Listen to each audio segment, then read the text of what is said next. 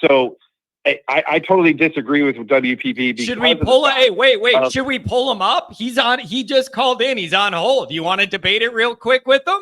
I mean, I'll leave it up to you. I would love to. All right. Let me see if I can arrange this here. I'm going to try and put him on with you at the same time. Let's see if we could do it. WPP, do I got you, brother? You up? Yo. Hey, John, can you hear me? Yeah, I got you. You were on with 415 from California. What's going on? Let's hash it out. Yeah, I mean, my take on it is that the Big Ten and the SEC wanted to make sure that if they have two undefeated teams in their conference championship game and they play a close game with each other, those two teams are both going to get the automatic bye. Yeah, that is true. That is true. Yeah, that's accurate. If you redid the, but if you allow that,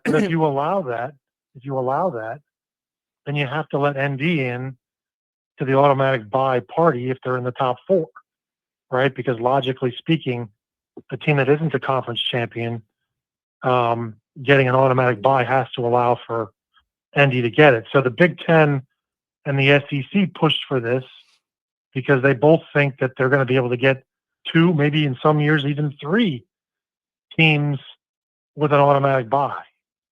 That's why they wanted it. That's why they agreed to it. I understand that, but is there a reason they couldn't do that and still say we're going to do this, but Notre Dame, we're outvoted and you still have to have the tax and not be eligible? Like, those things don't move together, right? 415, what do you make of that? Like, I get what you're saying, WPP. Some of it is their greed of thinking they're going to get two or three teams in the top four, but why couldn't they have made that change and then told Notre Dame's AD, you're outvoted and we're doing this and you still can only be number 5?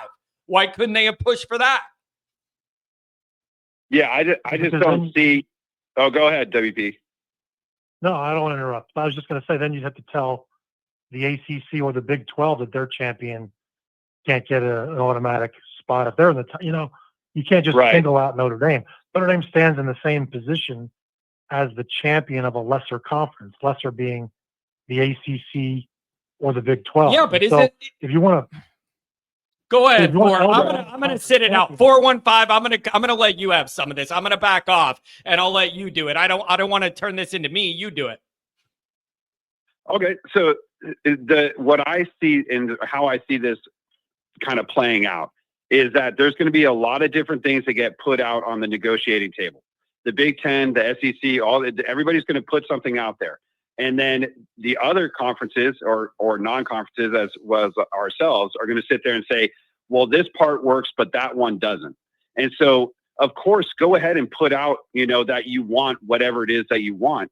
But it doesn't mean that we're all going to agree that your very first negotiating, kind of piece of what it is that you are asking for, your top, is going to be granted.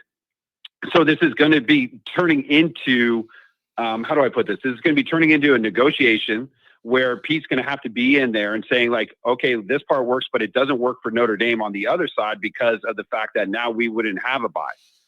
So they're going to be going back and forth with this for a while. And that's why, not until finally that this whole thing settles out, right? So December 1st is supposedly when they have to have the college football playoff format solidified for the next year.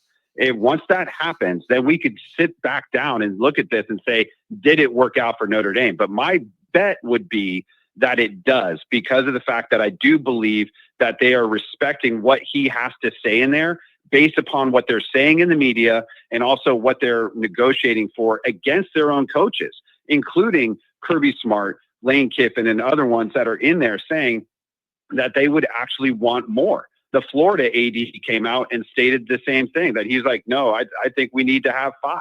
We need to have 5 automatic bids, and we need to have, we only need to be playing 8 conference games. And then, but the ADs on the other side are saying, well, that's probably not going to work because what we're focusing in on is 9 and 4. And the only reason why they're working on 9 and 4 is because of the fact that that would be more in line with the other people that they have to work with, which is the other ADs as well as Notre Dame. WPP. Those are good points. those are good points. But I think that when it comes to the automatic bid, I think that Notre Dame's interests were aligned with that of the Big Ten and the SEC. Mhm. And I think that with the point you're making about the number of, if you get 5 spots from your conference or 4, in that sense, you're right in the sense that the Big Ten and the SEC arguably didn't get what they wanted. But in that sense, then Bevacqua was aligned more with the ACC and the Big 12. My point is, look, I'm not taking a shot at Bevacqua. I'm just saying it wasn't like he came in and swindled all these conferences and ended up with this rosy deal, when in reality, he had help in the leverage department with both one half of the deal with the SEC and the Big Ten, and the other half of the deal with the ACC and the Big 12. And so, look, he gets the credit. He's the AD when this deal went down. I agree this deal is good for ND. It's just, I'm not sure that it was this, monumental task to come out with this, especially because of the way things shook out last year, where these crappy conference champions got these automatic buys, and a team like Ohio State had to slog. I think I get what you're saying, WPP. I do understand what you're saying, that in a way, this does kind of favor the Big Ten or the SEC of thinking they're going to get a lot of teams in there or whatever. But also, if the tide rises Notre Dame and there's a benefit for Notre Dame in there too, are you willing to let the SEC and Big Ten maybe have that winning angle if it also helps Notre Dame a little bit? Like, that's kind of where my mind's at. Does that make sense to you guys? That I think that's 100% right. Yeah, I get what you're saying, but it's like Notre Dame kind of wins in this too. So are you okay with those two groups kind of getting a win if you also get a win at the expense of maybe some of those other conferences or whatever? I don't know. Yeah. Yeah. Because, the thing is, John and Pat, is that when you're going into these things, you're not going to get every single thing that you want. Right. And so you just ask for as much as you possibly can within reason. And then you see where it is. You go in and you bid on something. You say, okay, I'm going to go ahead and bid, $50 on that. And somebody's like, $50, this thing's worth 200. And then you just start negotiating back and forth until you come up with something that everybody can kind of agree on, if you can. Now, the thing is that I do agree that, the Big Ten and the SEC are going to push forward. They are going to try to muscle it up a little bit. And I don't think that Pete is like this, this God that just came in and made all this happen. I think what he did was he took the opportunity of coming into a situation that was kind of already set a little bit, and he could have either gone one way or the other. And he decided, you know what? I'm going to negotiate in a very kind of diplomatic way. I'm going to sit here and just sit down with these guys. I'm going to, let them know that I'm here to talk with them and try to figure out exactly what it is that we can do in order to make everybody happy. But at the same time, I'm not going to be bullied around. And that's kind of what I'm reading. Again, I'm not in the meetings, like none of us are, right? So who knows? I'm just going off of what I'm reading and what I'm hearing.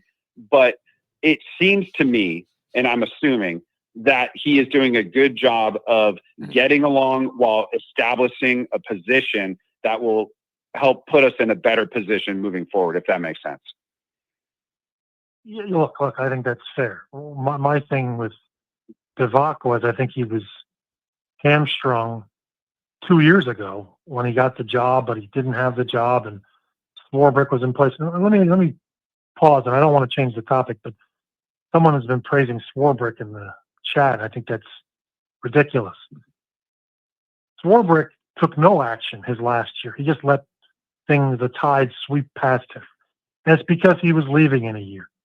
And so the whole USC issue should have been addressed by Swarbrick 2 years ago, I think.